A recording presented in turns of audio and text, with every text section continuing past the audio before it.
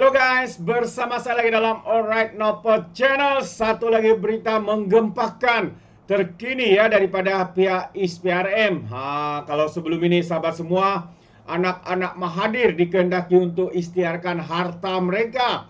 Tapi sehingga ke hari ini ya mereka masih gagal untuk mengisytiharkan, dan inilah peluang terakhir yang diberikan ya oleh pihak ISPRM, khususnya Azam Baki. Jadi ini satu perkara yang menarik untuk saya kongsikan bersama dengan Anda. Yang kedua, walaupun pas mau istri cantik, otaknya sudah miring kan nih. Walau tidak habis belajar. Karena apa? Katanya belajar itu di universiti, ya degree-nya itu dibeli katanya. Jadi tidak guna untuk ada degree. Wow, ini memang sudah mental agaknya ya, penyokong-penyokong daripada Parti PAS ini. Namun sahabat semua, saya ingin teruskan untuk yang pertamanya, ya berkaitan kenyataan daripada ISPRM, lanjutan akhir, yang terakhir, maksudnya ini lanjutan terakhir ya, buat anak-anak Mahathir untuk isytihar harta. Kalau masih juga gagal, ya mereka boleh didakwah seperti mana yang berlaku ya kepada Daim Zainuddin dan juga istri beliau. Jadi Mirzan Mahathir dan abangnya Mokzani ya mempunyai tempoh sehingga pertengahan September ini untuk isytiharkan harta mereka, dan sekiranya gagal mereka boleh berdepan tindakan undang-undang. Ya, Ketua Pesuruhjaya ISPRM yaitu Azam Baki berkata, ini adalah lanjutan terakhir sebulan yang diberikan kepada mereka. Ya, ini keputusan akhir. Jika mereka gagal, ISPRM akan mengambil tindakan undang-undang, katanya dipetik media di Kuala Lumpur. Pada Mei lalu, Mirzan dan Mokzani yang merupakan anak kepada bekas Perdana Menteri Mahathir Mohamad diberikan lanjutan masa yang tempohnya tidak didedahkan. Dan ketika itu Azam berkata peguam mereka sedang berhubung dengan pegawai penyiasat ISPRM berhubung dengan tempoh pengisytiharan aset. Katanya lagi, kami sudah menetapkan tarikh akhir untuk mereka mengisytiharkan harta mereka. Kami telah mencapai kata sepakat mengenai perkara itu, katanya. Pada 18 Januari, Mirzan dan Mokzani ya telah diserahkan notis di bawah Seksyen 361B Akta ISPRM 2009 mengkehendaki mereka untuk mengisytiharkan semua aset milik mereka. Pada bulan berikutnya, mereka mengeluarkan kenyataan media memohon kesabaran dan permohonan untuk mengumpulkan maklumat selama 43 tahun itu. 20 Mei yang lalu, Mirzan dan juga Mokzani dilaporkan memohon kepada ISPRM untuk melanjutkan tarikh akhir untuk kedua-dua mereka isytiharkan harta masing-masing selepas diberikan lanjutan sebelum ini. Turut dilaporkan bahawa Mokzani disiasat di bawah Akta ISPRM dan Akta Pencegahan Pengubahan Wang Haram, Pencegahan Pembiayaan Keganasan dan hasil daripada aktiviti haram.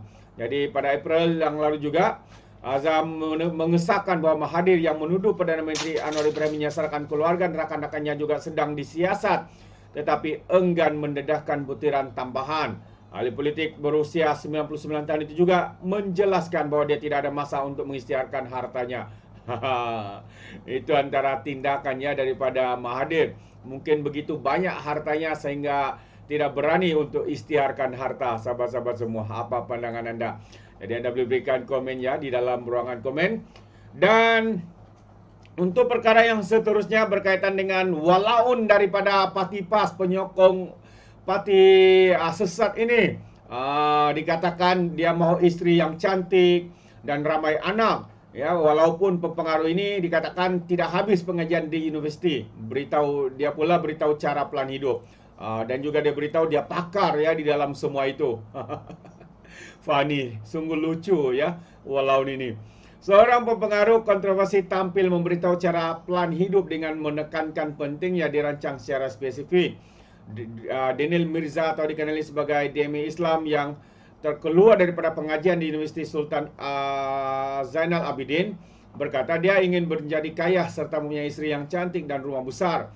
Aku nak jadi lelaki yang powerful, katanya. Ada banyak anak, nak kereta Bugatti dalam rumah kita, ada kolam air itu warna biru, katanya. Wow, memang mental lah ya. Kereta nak warna macam kokok, klasik macam tu. Rumah 2 tingkat. Tingkat bawah tu mungkin ada 1 bilik. Tingkat atas tu ada 3 bilik, katanya. Dalam rumah itu ada personal gym dan bilik solat. Bila anak aku lahir nanti, aku akan ajar anak boxing, katanya sebelum mendakwa dia hanya membeli ijazah sarjana muda di Uniza.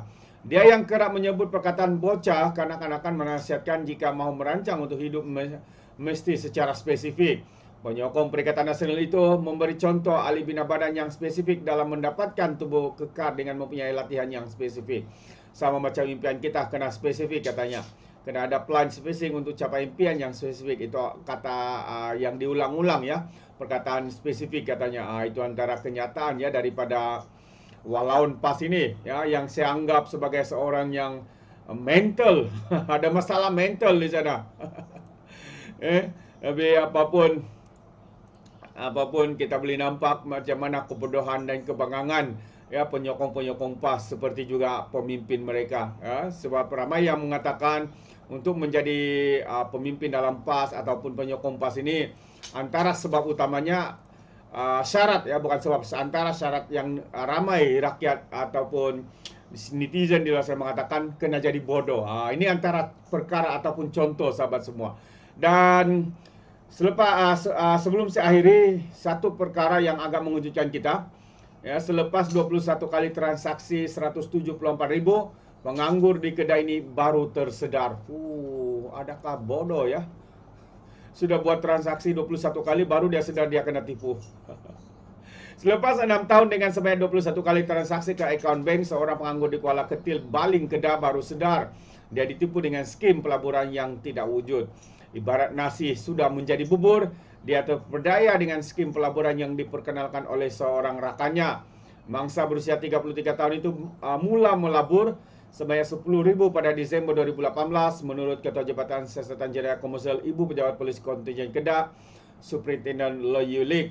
Pengadu telah membuat bayaran modal sebanyak 21 kali transaksi ke akaun bank semua hingga berjumlah 174.000 dan tidak mendapat sebarang keuntungan. Jadi pengadu dijanjikan mendapat keuntungan dalam tempoh masa sebulan, namun sehingga laporan dibuat, pengadu tidak menerima sebarang pulangan dan mulai curiga serta syak dirinya ditipu, katanya dalam satu kenyataan. Jadi kemarin mangsa itu membuat laporan polis di Ketil pada jam 5.49 petang. Menurut Yulik, siasatan polis mendapati pelaburan itu adalah palsu dan disiasat mengikut Seksyen 420 Kanun Keseksaan. Sehubungan itu beliau menasihati orang ramai agar berhati-hati dengan tawaran pelaburan yang dijanjikan pulangan lumayan atau keuntungan yang lumayan, agar tidak menjadi mangsa sindiket pelaburan yang tidak wujud. Itu dia sahabat semua, perkara yang agak mengejutkan kita. Jadi sampai di sini saja. Sekiranya anda sahabat semua ingin memberikan sebarang komen ya, pandangan yang anda boleh berikan di dalam ruangan komen, tapi ingat, komen dengan cara berhemah. Jadi izinkan saya untuk mengundurkan diri. Dan seperti biasa, peribahasa mengatakan tapak penkangkap, 2 ton keinginan. Dalam bahasa Melayanya, tepuk dada, tanya selera. Sekian daripada Alright Nampak Channel. Sampai kita berjumpa lagi. Bye-bye.